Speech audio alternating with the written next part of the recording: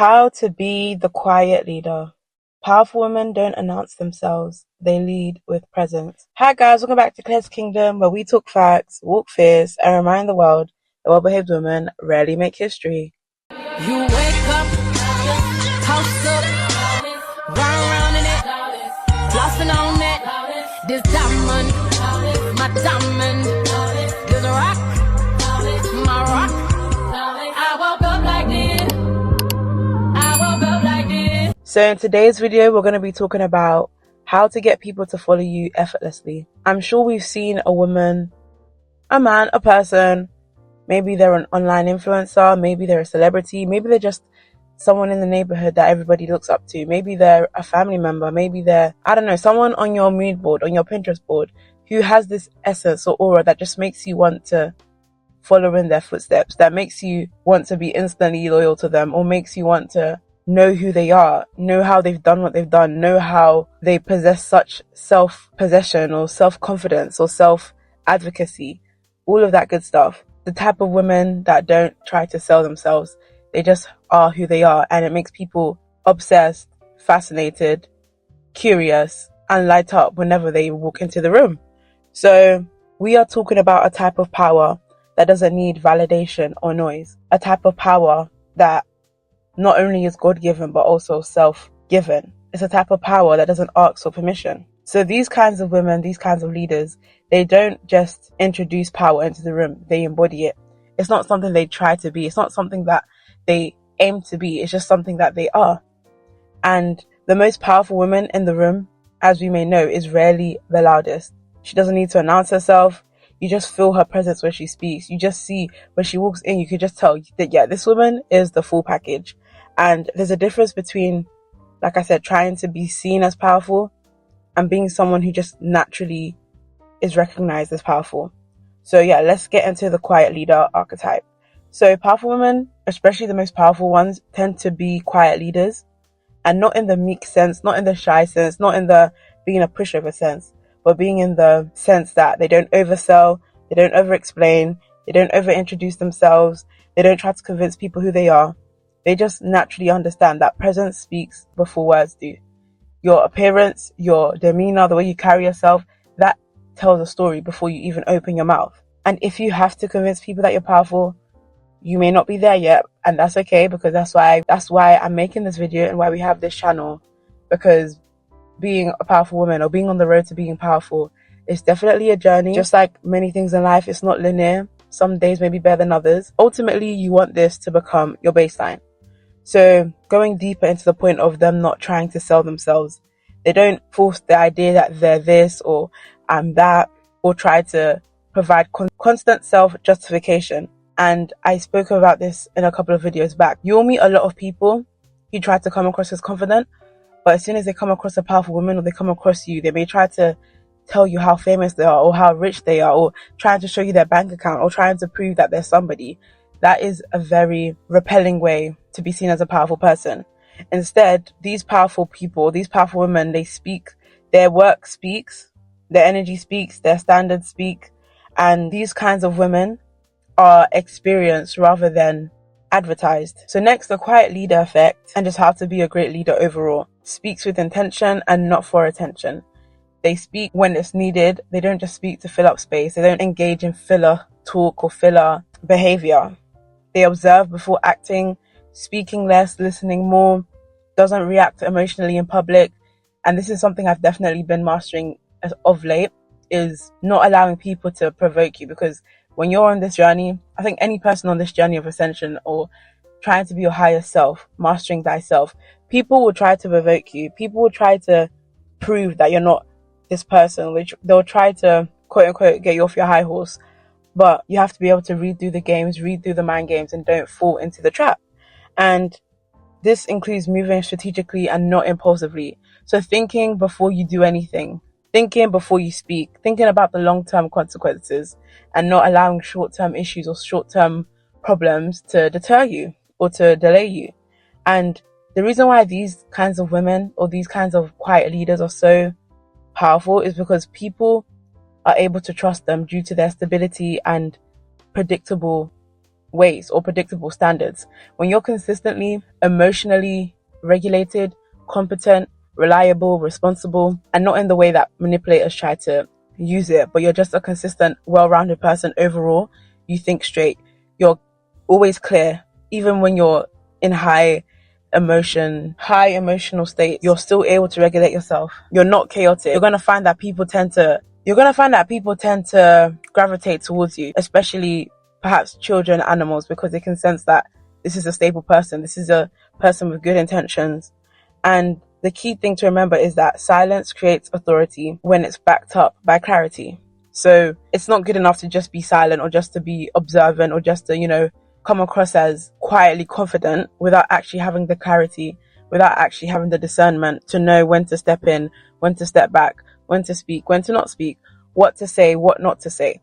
And this obviously ties into emotional intelligence. So increasing your EQ will take you far. Next, quiet leaders get people to follow them effortlessly by not chasing, but attracting.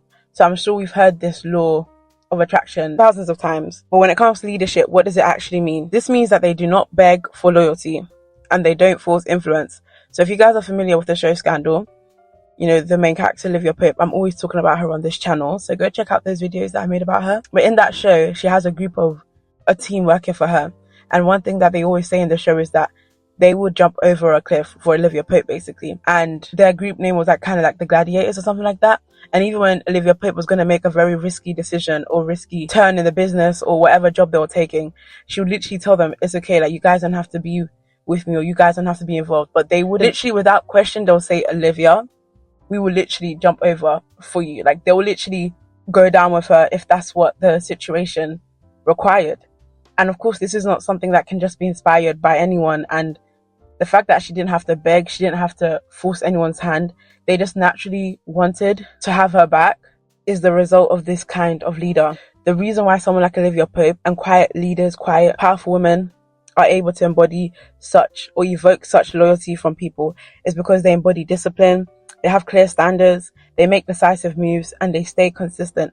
And consistent is the most important one, I think, out of everything, because when people can see you're on a trajectory, when you're not just all talk, but you actually back up your talk with action, you have a plan, you think diligently, you're dedicated to your vision, people love that. They're fascinated by that. And despite popular opinion, not everybody was born or meant to be a leader, and not everybody wants to be a leader.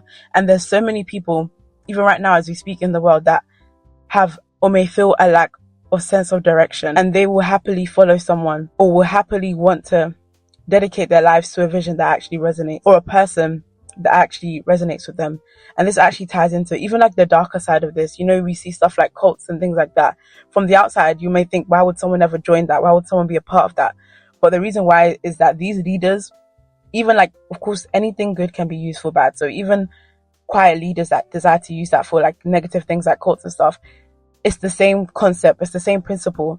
Being so charismatic, being so consistent, being this larger than life symbol without making it this grandeur thing, just being a powerful, quiet person will really inspire people and give people a sense of purpose. And that's another thing that quiet leaders do, or powerful women do, is to give people a sense of purpose. And not in a way that's taking the place of God or anything, but just allowing people, just creating a space for people to feel they're actually here for a purpose or a reason, if that makes sense. But yeah, people follow this kind of leader because they feel direction. Like I said, so many people in this life lack direction, which is why you may find even especially amongst the youth, they may go down certain paths, not necessarily because they desired for it, but they feel this is something they can do. And you also see this in instances where some people may do certain things, not necessarily because they desire it, but because they need purpose. There's some people, for example, children are a blessing, right? Some people become parents not because they actually desire to have children or desire to, raise a family, but for some people, having a child is a sense of purpose. Their purpose is to look after this child, to raise this child. And then you find that when these children grow up, they feel they have nothing, they don't have a sense of purpose or identity. And that leads back to my point that when people are part of a vision, when people are following someone that is going against the grain, it gives them a sense of direction. And especially when you use this as a good thing, when you're leading something amazing, you're changing lives, you're changing the mindsets of women, girls, people all around the world. You're giving them a sense of direction. This is even more potent when they see the results. So you can't just wake up one day and roll out of bed and think, you know what, I'm gonna be this great leader without anything to back it up. This is why quiet leaders, powerful women who embody this style, evoke such respect, even just based on their energy, because they take themselves so seriously. And if you've ever been someone who's been accused of taking yourself too seriously, this may resonate with you, because you take yourself so seriously that you're always on top of things, which naturally makes people want to be around you or want to take notes from you or even work with you, work for you, because they can see that this person is onto something. And being someone who takes themselves seriously, not only every other week or not every Monday or not just once a week, but consistently taking yourself seriously, that is something very rare, especially in today's society. And this goes back to my point, how people do not follow noise, but they follow certainty. We live in a world that is so uncertain. Like, we're literally living in uncertain times. Like, most people are just trying to get by. So imagine somebody who creates a whole nother sense of direction, certainty, vision, purpose, light, love, joy. People are going to run towards that. So my next point of being this kind of leader is they do not need to dominate the room. Now, despite popular opinion, leaders don't need to try to take charge. Leaders don't have to try prove that they're the top dog or the alpha, the alpha female, the alpha woman, whatever you want to call it. They're not the loudest. They're not the most talkative. They're not even the most performative. But when they speak, people listen. When they feel like something is off, people listen. And if you want to know why, this is because they don't waste words. They don't seek attention. And their presence already does the work. And this ties into, Robert Greene's 48 Laws of Power when he talks about, just to summarize the book, he basically talks about having the illusion of power is just as good as having power. Like, being someone who looks and treats themselves like royalty, you will get the reactions and responses of as if you were royalty. And this ties into the whole idea that power isn't just about taking up space, it's about controlling it. Next point is that they observe more than they speak. So I kind of already touched upon this, the idea of just reading people, being able to read people, watching dynamics, understanding intentions, which most people aren't even aware of, which is something I've kind of battled with in the past, where it's like I'll literally feel and see the emotional temperature or just the temperature of the room, or see dynamics, see envy, hatred, unspoken intentions, and people would still be like interacting normally. And even if someone is coming across as nice or jolly or glee, I'm still able to feel unpure intentions. And if you've ever felt like that, comment down below.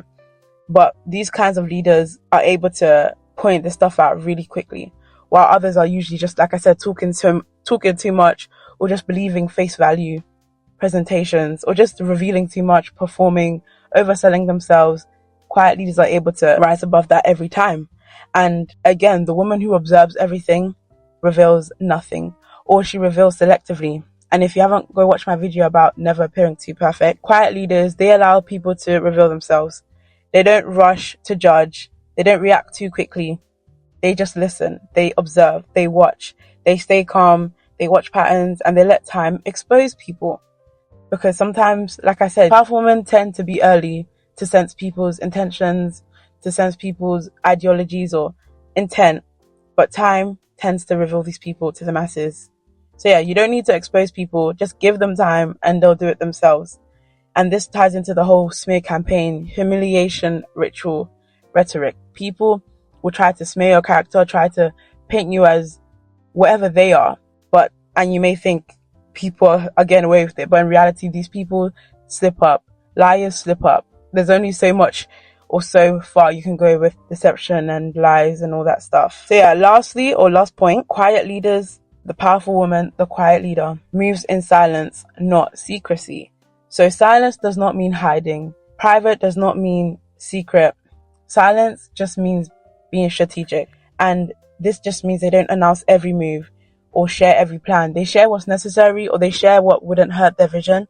Like I talked about this in past videos. They share things that maybe they're written in stone already, or they share things that they don't mind being shared around or passed around.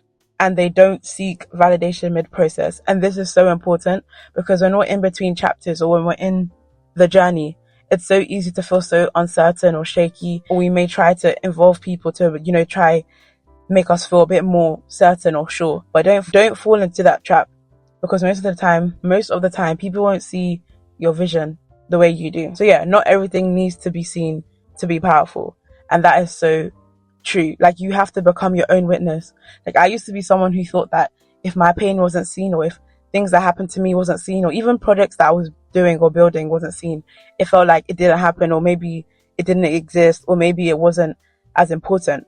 But in reality, these moments teach us to become our own witness, because as long as we see it, as long as we know what happened, that itself is enough. And lastly, I want you guys to ask yourselves, when you're thinking about this kind of leader, or if you want to know if you're this kind of leader, are you trying to be seen as powerful, or are you building something that speaks for itself? If you want to refine yourself to become this leader, just remember to stop oversharing, over-explaining, over-performing, and step into observation mode, to precision, to intentional presence. And just to wrap it up, you don't need to announce your power. You need to embody it consistently. Keyword, consistently. Okay? Let people feel it. Let people notice it and respect it. Don't be someone who has to explain who they are, what they like. People should be able to look at you and think, okay, is she going to do this? Oh, is she a lawyer? I don't know. Is she a doctor? Is she going to be an actor? Is she going to be famous? A celebrity? Like, people should look at you. And of course, sometimes people just project, and their guesses of who you are can be so off. But the point is, don't be someone where, let's say you share your love or your passion for something and it's so far off. Like, be the energy you want to be. Be who you want to be. Don't hide it in a closet. Be who you want to be. Don't explain it, but just let it exude from you. And powerful women, lastly, don't introduce themselves. They're recognized. Okay. I hope you guys enjoyed this topic. Bit of a longer video, but it's very important if you want to be this kind of leader. Or perhaps you're already this leader and you just wanted confirmation, whatever this video did for you. But yeah, make sure you guys like, comment, and subscribe, and I'll see you in the next one. Bye. I woke up like this, we flawless. Ladies, tell them I woke up.